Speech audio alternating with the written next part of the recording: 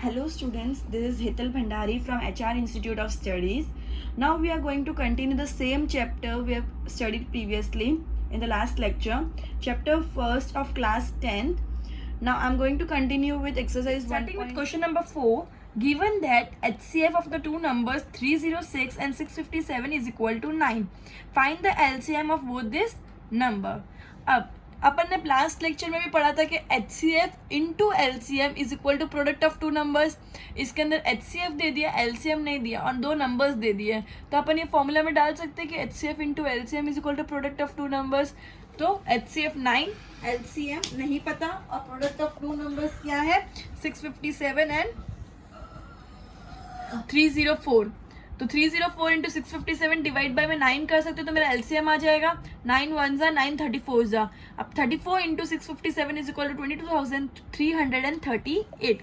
तो अभी एलसीएम अपना क्या आया 22,338. वापस रिपीट कर रही हूँ, HCF into LCM is equal to product of two numbers. ये कंसेप्ट है. अब HCF दे दिया, एलसीएम नहीं दिया है, दोनों नंबर पता है 306 एंड 657. तो LCM is equal to 306 into 657 divide by 9. 9 1 जा 9 34 जा. 34 इंटू 657 इज इक्वल टू 22,338. ये आ गया अपना LCM. चलो next question. Check whether 6 power n can end with the digit 0 for any natural number n.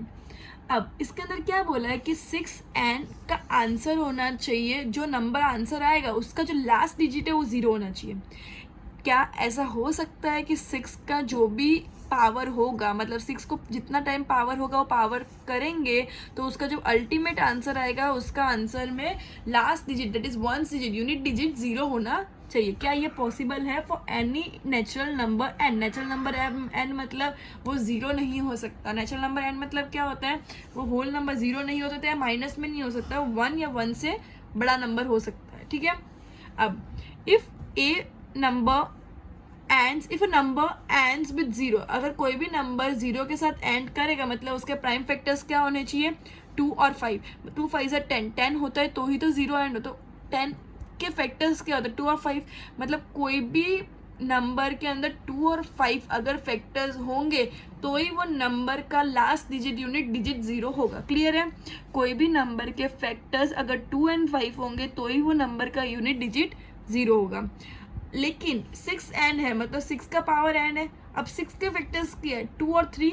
Prime factors of 6 क्या है 2 और 3.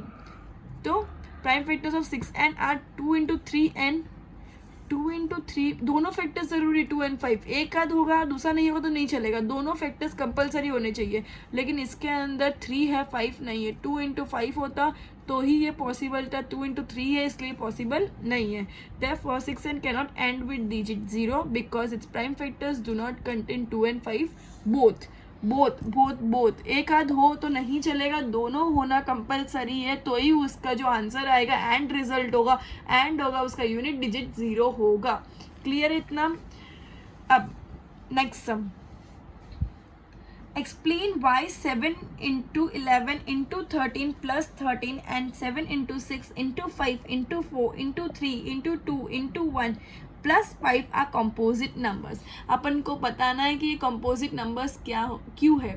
ठीक है. सबसे पहले प्राइम नंबर्स क्या होते हैं, कंपोजिट नंबर्स क्या होते हैं, ब्रीफ में बता देती हूँ. प्राइम नंबर्स वो नंबर्स होते हैं जिनका फैक्टर्स वो नंबर खुद और 1 होते हैं. एंड कंपोजिट नंबर वो होते हैं जो प्राइम नंबर्स नहीं होते, मतलब उसके पास मोर देन 1 फैक्टर होता है. क्लियर है. अब ये जो सबसे पहले 7 इंटू 11 इंटू 13 प्लस 13, अब ये तीनों तो मल्टीप्लिकेशन में और ये प्लस में, तो मैं 13 इंटू 1 लिखूँ तो भी चलेगा. अब ये पूरे नंबर में और ये पूरे नंबर में 13 कॉमन है तो मैं 13 को बाहर निकाल सकती हूँ. 77 इन प्लस 1 ये बीच का प्लस आ जाएगा. यह सब प्रॉपर्टीज अपन ने लास्ट 3 स्टैंडर्ड में बहुत डिटेल में पढ़ ली है. ठीक है. तो 77 प्लस 1 78. अब 13 इंटू 78 ये नंबर हुआ. 13 कॉमन मल्टीपल है ना, कॉमन मल्टीपल है मतलब उसके अंदर फैक्टर 13 है. 13 इन दोनों से मल्टीप्लाई कर सकते हैं मतलब दोनों का फैक्टर 13 है. इतना क्लियर समझ आ गया. मतलब ये प्राइम नंबर नहीं हो सकता बिकॉज इसका वो खुद के नंबर से एक और नंबर उसका फैक्टर है. नंबर इटसेल्फ ही खाली उसका फैक्टर नहीं है, 13 भी उसका फैक्टर है, इसलिए प्राइम नंबर नहीं कंपोजिट नंबर है. इसके अंदर similarly 7 into 6 into 5 into 4 into 3 into 2 into 1 plus 5 into 1. अब दोनों में 5 कॉमन है, 5 मैंने कॉमन ले लिया तो ये पूरे नंबर के साथ 5 मल्टीपल है. अगर 5 मल्टीपल है मतलब 5 पूरे नंबर का फैक्टर है मतलब ये प्राइम नंबर नहीं हो सकता, तो ये कंपलसरी कंपोजिट नंबर ही होगा. इतना समझ आया कि दोनों के अंदर कोई ना कोई फैक्टर है, इसीलिए दोनों प्राइम नंबर्स नहीं है और दोनों प्राइम नंबर नहीं है, इसलिए दोनों कंपोजिट नंबर है. Both the number has a factor, so they are not prime number, they are composite number. इधर तक क्लियर हो गया. अपन ने सबसे पहले पढ़ा HCF दिया, LCM नहीं दिया, दोनों नंबर दिया तो फॉर्मूला यूज करके मैंने LCM ढूंढ लिया. फिर दिया 6 and can end with digit 0 for any natural number and, तो कोई भी फैक्टर्स अगर 0 एंड में चाहिए तो 2 और 5 होना चाहिए, लेकिन 6 and के अंदर 6 के फैक्टर्स है 2 और 3, तो ये चीज़ पॉसिबल नहीं है. थर्ड अपन ने पढ़ा कि ये क्या नंबर, वेदर ये नंबर कंपोजिट नंबर है या नहीं, तो ये नंबर कंपोजिट नंबर है बिकॉज दोनों के अंदर कोई ना कोई एक्स्ट्रा फैक्टर्स है. इधर तक पॉइंट क्लियर हो गया. Next question number 7. Question number 7 क्या है, मैं पहले क्वेश्चन रीड कर लेती हूँ. There is a circular path around the sports field. Sonia takes 18 minutes to drive one round of the field while Ravi takes 12 minutes for the same. Suppose they both start at the same point and at the same time and go in the same direction. After how many minutes will they meet again at the starting point? जब भी इस type का question होता है कि again कब वो लोग वापिस सेम टाइम सेम जगह पे मिलेंगे, तो अपन हमेशा LCM ढूंढते हैं. So time taken by Sonia to drive one round is equal to 18 minutes. Time taken by Ravi to drive one round is equal to 12 minutes. अब LCM of 18 and 12 will give the exact number of minutes after which they will meet at the starting point again. LCM से हमको पता चलेगा, इन दोनों का LCM से ही हमको पता चलेगा कि एग्जैक्टली कब वो लोग कितने मिनट के बाद स्टार्टिंग पॉइंट पे मिलने वाले हैं. नाउ 12 एंड 18 का अगर मैं LCM लूँ तो 2 6 12, 2 9 18, 2 3 6, 9 एज इट इज रहेगा बिकॉज वो ऑड नंबर तो 2 का मल्टीपल नहीं हो सकता. 3 3 9 एंड 3 1 3 एंड 3 3 9, 3 1 3, 3 1 3. तो अल्टीमेटली इसका आंसर क्या है, LCM क्या आया, 2 2 4, 4 3 12, 12 3 36. सो therefore thus they will meet again at the starting point after 36 minutes. Thus they will meet again at the starting point after 36 minutes. Clear है ये. पहले दोनों का टाइम देख लिया, फिर LCM निकाला तो 36 आया, तो 36 मिनट्स के बाद वो लोग सेम जगह पे सेम टाइम पे एग्जैक्टली मिलेंगे. क्लियर है कौन सी जगह पे, स्टार्टिंग पॉइंट पे. Now theorem 1.3.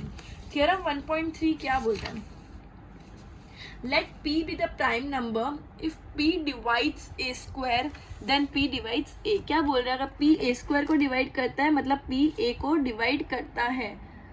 क्या बोल रहा है, P अगर A स्क्वायर को डिवाइड करता है मतलब P A को डिवाइड करता है. Where A is a positive integer. Condition है कि A पॉजिटिव होना चाहिए, नेगेटिव नंबर नहीं चलेगा, नेगेटिव इंटीजर नहीं चलेगा. अब ये बहुत सिंपल है. अगर समझो मैं बोल रही हूँ 2 का स्क्वायर मतलब 4 हुआ, अगर मैं 4 को 2 से डिवाइड कर रही हूँ तो मैं 2 को भी तो 2 से डिवाइड कर सकती हूँ. 2 का स्क्वायर को अगर मैं 2 से डिवाइड कर रही हूँ तो मैं 2 इंडिविजुअल 2 इंटू 2/2 है तो मैं खाली 2 को भी कट कर सकती हूँ ना, मतलब मैं 2 को भी 2 से डिवाइड कर सकती हूँ. तो अगर किसी का स्क्वायर वो पर्टिकुलर नंबर को डिवाइड कर रहा है तो वो पर्टिकुलर इंडिविजुअल नंबर उसका स्क्वायर नहीं, सिंगल नंबर भी उस नंबर से डिवाइड हो रहा है. क्लियर है.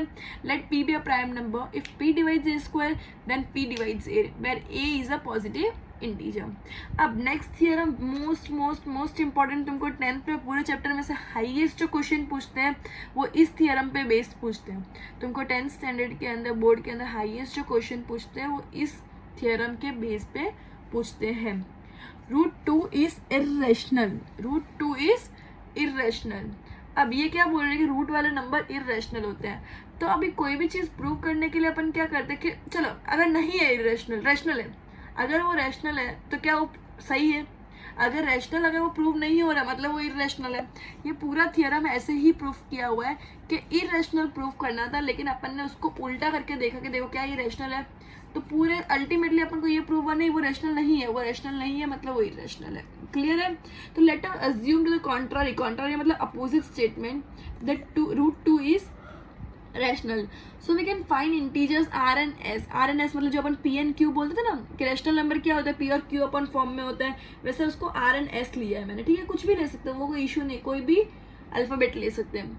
Where s is not equal to 0 such that √2 is equal to r upon s. मैंने क्या बोला, रैशनल नंबर. रैशनल नंबर हमेशा कौन से फॉर्म में होता है, पी अपॉन क्यू फॉर्म में होता है, that is r upon S.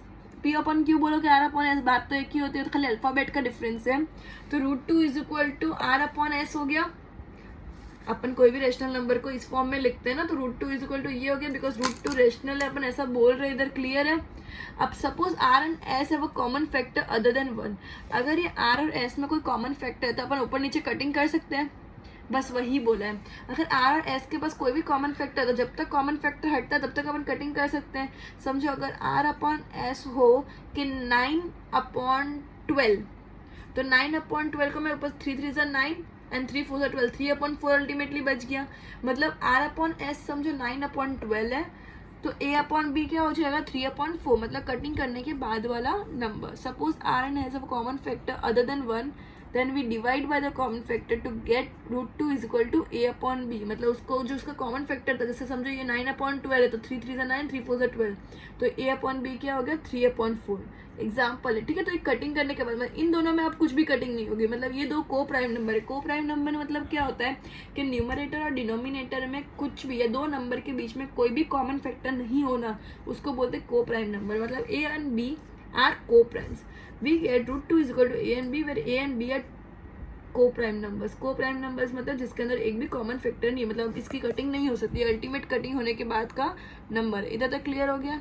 अब मैं ऐसा बोल सकते हैं b √2 is equal to a, बोल सकते हो ना, इधर जा सकते हैं ना इज इक्वल टू के बाद इंटू में, तो b √2 is equal to a में बोल सकते हैं. So b √2 is equal to a. Now squaring on both the sides and rearranging the same, दोनों साइड में स्क्वायर कर सकती हूँ. तो √2 का स्क्वायर क्या होता है 2, b का स्क्वायर b स्क्वायर, तो 2b² is equal to a² बोल सकती हूँ. ये लिख दिया मैंने 2b². अब थ्योरम 1.3 क्या बोलता है, अगर किसी के स्क्वायर को कोई चीज़ डिवाइड करती है तो वो इंडिविजुअल को भी वो चीज़ डिवाइड करती है. तो ये क्या हो जाएगा b² is equal to a² upon 2. 2 divides a², मतलब 2 डिवाइड्स a. थ्योरम 1.3 के हिसाब से क्या होता है 2 डिवाइड्स a², मतलब 2 डिवाइड्स a. ठीक है. So we can write a is equal to 2c. अब मैं a को 2c मान रही हूँ. कैसे 2c कैसे आया, फॉर सम इंटीजर c. अब समझो a को मैंने 2c कैसे समझा, 2 डिवाइड्स a², मतलब a अपॉन 2 भी बोल सकते हो मैं, 2 डिवाइड्स a, तो a अपॉन 2 को मैं c समझ रही हूँ. a अपॉन 2 को अगर मैं c समझूँ तो c क्या होगा, a अपॉन 2 को अगर मैं c समझूँ तो a क्या होगा 2 इंटू c हो जाएगा. a अपॉन में 2 है, a अपॉन में 2 है इज इक्वल टू c, तो a क्या हो जाएगा 2c हो गया ना. ठीक है, a अपॉन में 2 है इज इक्वल टू c, तो a is equal to 2c हो गया. इधर तक क्लियर है फॉर सम इंटीजर c. अब substituting for a we get 2b². अब 2b² is equal to a², right.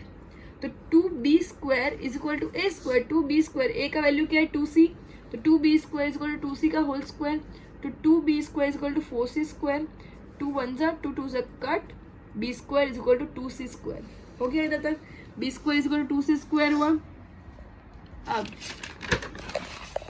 This means that 2 divides b². 2 divides b², तो again theorem 1.3 क्या बोलेगा 2 डिवाइड्स b², मतलब 2 डिवाइड्स b. क्लियर इधर तक.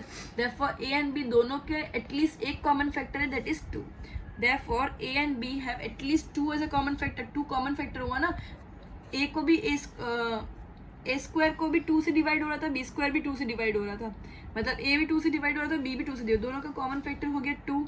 और अपन ने स्टार्टिंग में क्या सोचा था कि ये दोनों को प्राइम नंबर्स होने चाहिए, मतलब इनमें एक भी कॉमन फैक्टर नहीं है. But this contradicts the fact that a and b have no common factors other than 1.